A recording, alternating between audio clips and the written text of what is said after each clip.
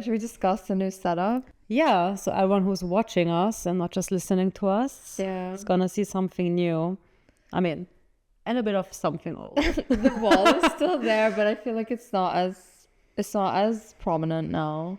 Yeah, so it all started out with one comment. Okay, so I feel like I mentioned this comment either last episode or the episode before. Okay, yeah. Someone mentioned that they thought the lighting was too dark, and they didn't like the painting, and they said painting in the back, but it's not actually a painting. It's like a, you know what? It's a carpet. Actually, a carpet.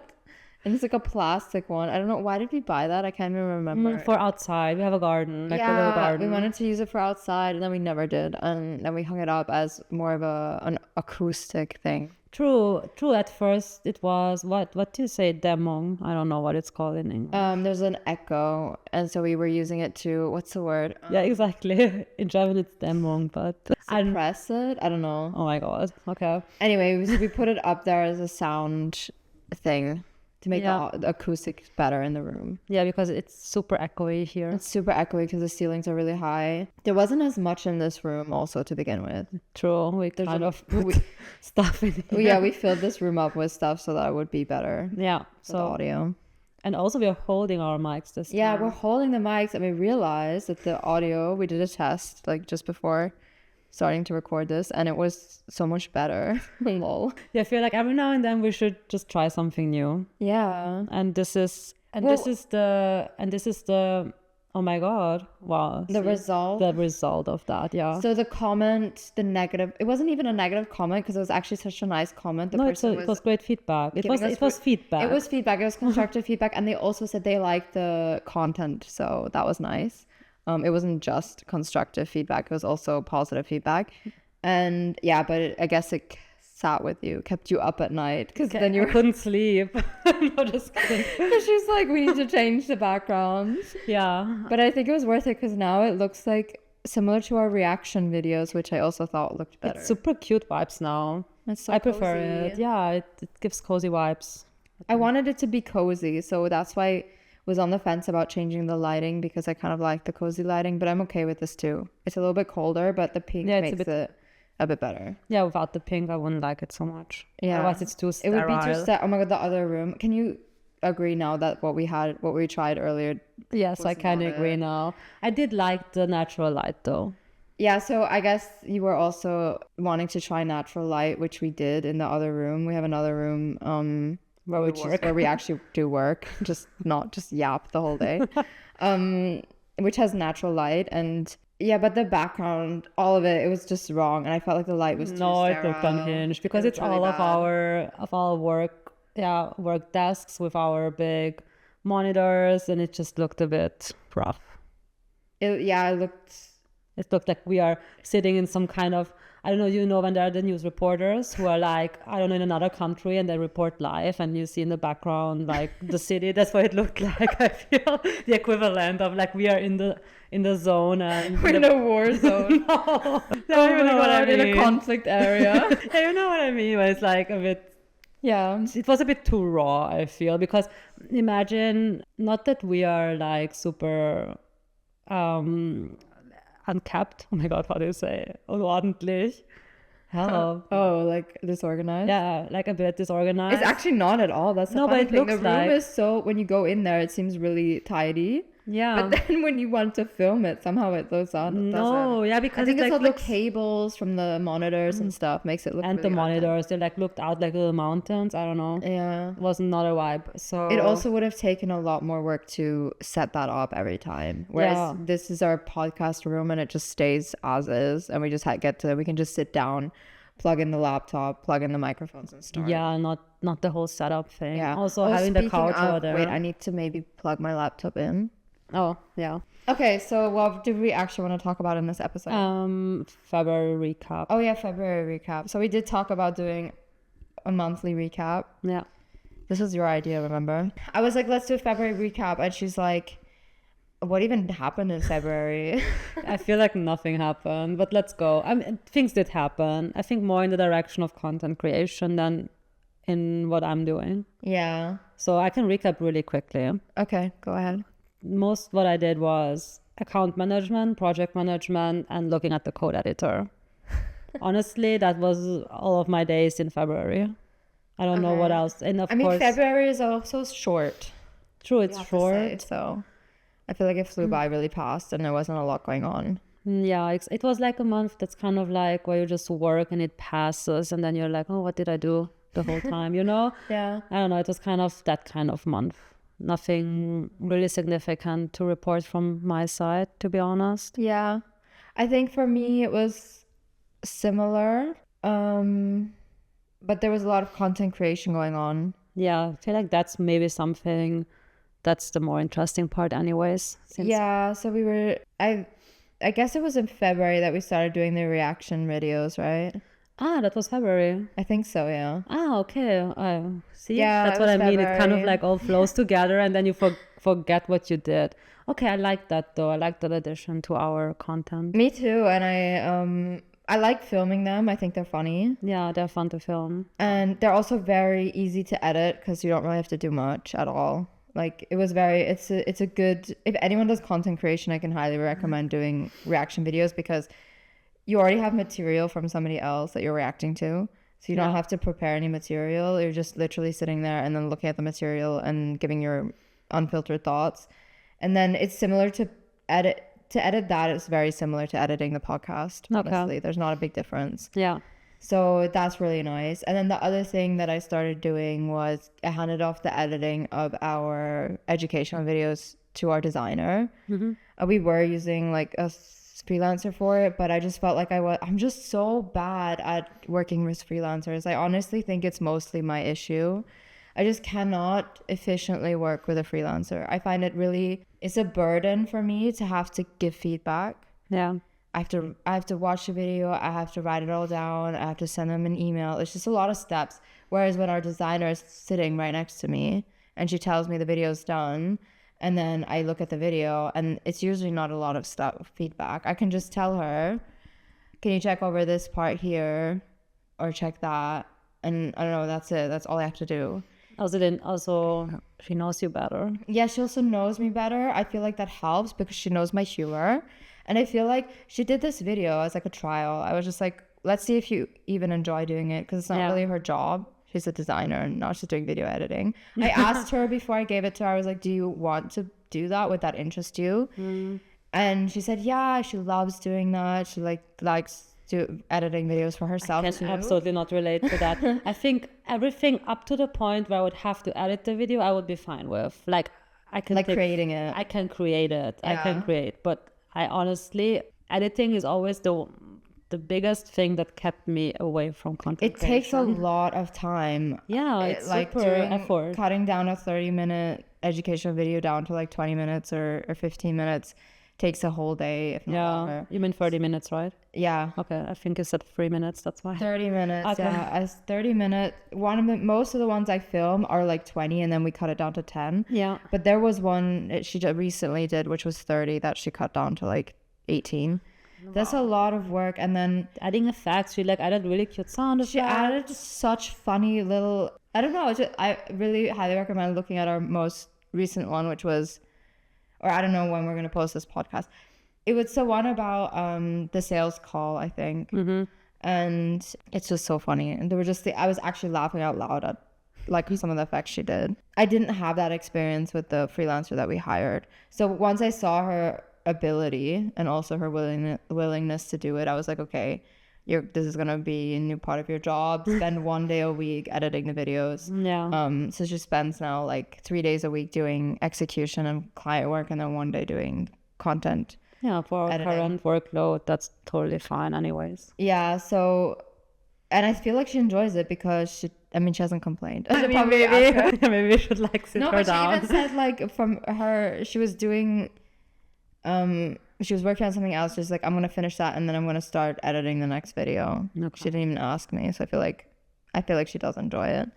Anyway, so that's kind of work that was already outsourced and I've just outsourced it to somebody else. And it gives me time to think about ideas when it comes to content creation. Because I do also kind of feel that way. I don't mind editing the podcast because I can listen to it while I'm doing something else. That makes sense. And I can kind of do two things at once. And it's the same with the reaction videos. I don't have to watch it because there's nothing. Yeah, I mean, we just... Yeah, if I hear, like, I just have to listen. If I hear, like, we stopped for some reason, like just now before I was plugging in my laptop, like, I would cut that out of the podcast. And same with the reaction video. Like, if there's something to cut out, I cut it out. But I don't have to actively watch it. And then...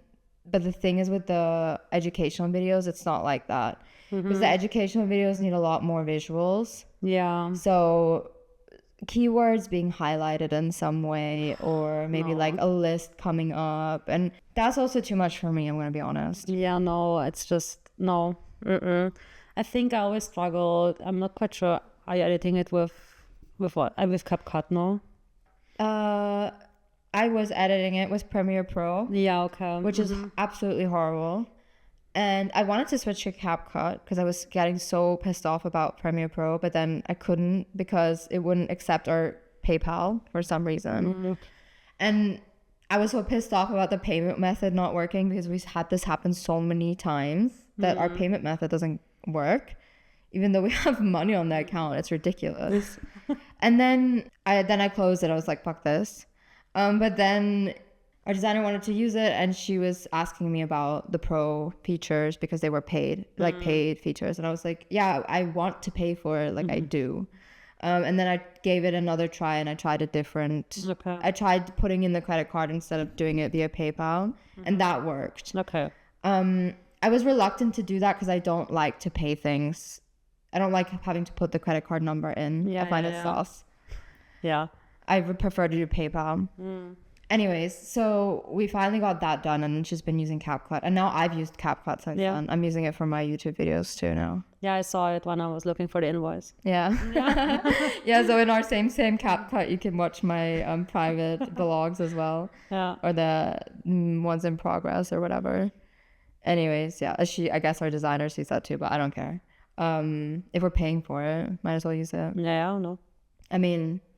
No, I'm only using it for business. What? Of course. Don't tell the finance ministry. Anyway, so Pat, I don't know, but I guess you used Premiere Pro in the past? No, first of all, I've never edited videos. We did something when we were still in school, but we did something with After Effects, I think. And I hate that little timeline things where you can add stuff to it and then you regulate. I don't know. I know what you mean. You mean the timestamps. The timestamps and then fade in, fade out. Yeah. You mean the keyframes? Yeah. Keyframes. Just setting keyframes is like something I'm like. Ugh. It's so annoying. The whole experience is absolutely terrible. Exactly. I would rather code a whole website than edit one video. No, and CapCut is completely different because it's like it's so intuitive. It's exactly how you would expect something like that to be. You add a transition or you add an effect, and you just pull it back and forth. Like I want it to be this long, or I want it to be this short. There's no keyframes. There's no like having to set that and then having to like move it if it's wrong. Or I think it makes sense. It's hard to do anything wrong on CapCut. Yeah, that's really great and intuitive done, because I think obviously it's legit for more where you need way more detail, blah blah blah, but I mean for our purposes. And then most YouTube, I'm sure most YouTubers, especially the new generation, are using things like CapCut, and they're not using Premiere Pro or After Effects. I'm sure there are a lot of YouTubers who use that stuff, but there's probably, I would say, older ones or people have been using that for years, and it's just they're used to it, so they don't want to change. That makes sense. Yeah. But a lot of people are mad about CapCut because they've made a lot of the features that used to be free now the pro features. But I feel like 100 something a year is not so much for really a lot of features. They even have the voice enhancer, although I do have to say I prefer Adobe's voice speech enhancement. I recently made a vlog where I did the voiceover, and I took that audio and I enhanced it on Adobe's speech enhancer, and then I put it into CapCut because I thought that the quality was better. But I feel like those are things that will get better with time. Yeah, for sure. I think Adobe's like right now the best AI speech enhancement tool that I've used. And I've seen a lot of people online say the same thing. Yeah. But I feel like the others will get there eventually. Yeah, I think that's also someone who suggested it to us. Yeah, that was also feedback we got from like one of our Great. diehard fans who has been listening since the beginning. They sent us that. Yeah, so I really love feedback. I really like feedback. It only It's makes really us helpful. better. Like it made the quality of the podcast better, made the quality of the Of the background better. better. I mean, what do you guys think? Anyone sees this? Yeah, we please whoever's watching this on YouTube, let us know what you think. Because Yeah, if you prefer this or the other background. I I'm feel really like there's no curious. way you could not prefer this. I think so too, but I mean, I don't know. Maybe someone's like misses it, but it's still It's still there on here. the It's- side. You can still see a little glimpse of it. Yeah, so But it's not the main event. no, which I prefer. Yeah. So thank you for the tip. Yeah. Because sometimes you're like, I think it's also in general with any type of work, when you like get used to something, you don't really question it anymore. Yeah. And then after a while, when someone points it out, But then you're like, someone- you're right. Like, I also think that people who have been there since the beginning won't question it. They'll be like, No. it's fine. It's always been this way. But Yeah. someone who's new and sees it for the first time, they'll have like an honest opinion about it. yeah. Because So, they're not biased or anything. yeah, so that's great. So sometimes change is good. Yeah. And it's a good thing that we post the podcast on YouTube because I feel like it gives people the opportunity to discover it more than on Spotify. I don't know how much Spotify shows you. I don't know how many people really find things on Spotify by accident or like through the discover thing. I think it's music, yeah, but I'm not sure about podcasts. I did that the other day. But this is also just like when I purposefully search for something, there's like a lot, especially smaller podcasts like ours, Okay. that's like buried. Oh, okay, yeah. That's what I would expect. Yeah, so it's not like super like here. I don't know, maybe I'm searching wrong, but I don't really get suggested podcasts that would follow the algorithm that I listen to. Yeah, I feel like the Spotify algorithm isn't that good in general. Yeah, maybe. Yeah, I mean, music is also always the same things. Yeah, Even on music, it's not good. yeah. But on YouTube, I feel like you are sometimes I see stuff on my like on the first page that that only has 30 views or something. Yeah. It's obviously something that YouTube thinks I would enjoy, that it's not necessarily popular or anything. Yeah, I really like that. And that's about something I like YouTube. about YouTube. I think it's a good spot for people who are creating content for the first time or new to content creation, don't have like a huge following. Yeah, I like it as a platform, also as a discovery platform. Yeah. It's great. So I guess February, to come back to the recap, has been mainly focused on the YouTube content creation Yeah. for me, but also for you because you're in it. I'm also there. You're just you're there, I'm but just you're always not, like my part in these things. you're not involved as much in the ideas or the execution of it, but you're there. Yeah, no, I'm there. I guess I'm getting more comfortable with being on camera spotlight. and in the spotlight. You know what I was thinking of doing for Same? Because I was thinking of doing this for my private YouTube, which is very like a lot of vlogs and stuff. I was thinking of doing like a come to work with me. And then I was thinking actually we could do as well for Same too, like a day in the life at Same or something. Yeah. It'll basically just be us going to Vapiano. Eating pasta. Coming in at 10 or 11. Hey, speak for yourself. Okay, fine. I'm the earliest here. Almost every time I'm the earliest here. Okay. So coming in at 10, I'm going to say 10 then as an average. And then going to eat at 12, coming back, having coffee. Okay, to be fair though, there are people who are productive in the morning Yeah. and there are people who are productive in the afternoon. And I sadly belong to the people who are productive in the afternoon. So what I do when I come in the morning, I try to trick myself into being productive. And then that doesn't work. Then I get frustrated and then I need a break. And afterwards, Why do you come in so early then if you're not productive? I don't know. Anyway? I don't know. I wouldn't have a great feeling about it because I feel or I fear that if I come in later, then I will have the same cycle. Maybe I need that little downtime in the beginning and then to like really So start. you think it would shift and it would take you even longer to start? Yeah, I think so. I'm too scared. Maybe in a time where it's not like I don't have so much to do. Yeah. Like I'm like right. I'm someone who's only productive for like 4 hours a day, and it's 4 hours. It's like 2 to 4 hours of high productivity. And I get all my work done in that time and then I'm done. Yeah. So it's me. That's nice. Good for you. Yeah, so I come in at 11, I go to eat lunch, and then I come back, and then I work until 4 or 5, and then I'm done for the day. Yeah. That's my day. No, but I need that downtime in the morning. It's not really downtime because I do work. I do most of the project management, the emails. Yeah, the emails. I feel like that is stuff that I can do in the morning too. Exactly. Although I have to say, if I'm in home office and my boyfriend is working, which means he gets up at like 5:30 and then always wakes me up, and then I always get up at like 6:30. Yeah. I'll have coffee, I'll sit down, and I'll start working, and then I'm like super productive until lunch. Yeah. And then I'll do my like high productivity until lunch. Then once I eat, I'm like, I need to take a break. And then sometimes I'll do like another few hours in the afternoon. That's when I'm the most productive, is if I'm in home office and if I get up super early. Yeah, if I come into office early, I'll do exactly what you do. Yeah. Which is just sit around and like act like I'm being productive. I'll send emails, which I know is still productive. It is still work because you have like, it's like the mental labor. Yeah, it's still work for sure. But I wouldn't actually do anything high. I can't do anything high productivity related. Today I did something high productivity related. I think it really depends, but I'm not super productive. Like my hyper focus, what you're telling me about, it kind of kicks in after lunch as well. Because then I feel like, okay, there's nothing that's gonna disrupt my day. Yeah, it's the afternoon. Yeah, or at night. I'm super productive at night. Yeah. If I could just switch my day around, that would be great, because I don't want to sit at 9 p.m. and I don't know, and work. Yeah, sometimes I'm lying in bed because Tommy goes to sleep at 8:30 sometimes, feels like.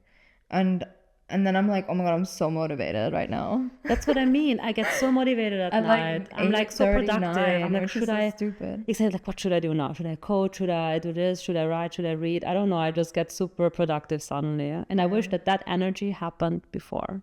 It happens for me if I wake up really early, but only if I stay at home.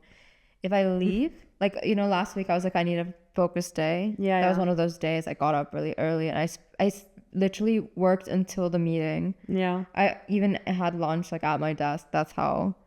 Okay, that's rare. I know, but that only happens if I'm at home and I know there's nothing to disturb me. I couldn't do it if Tommy were home, because I feel like that's already a disturbance that someone's there.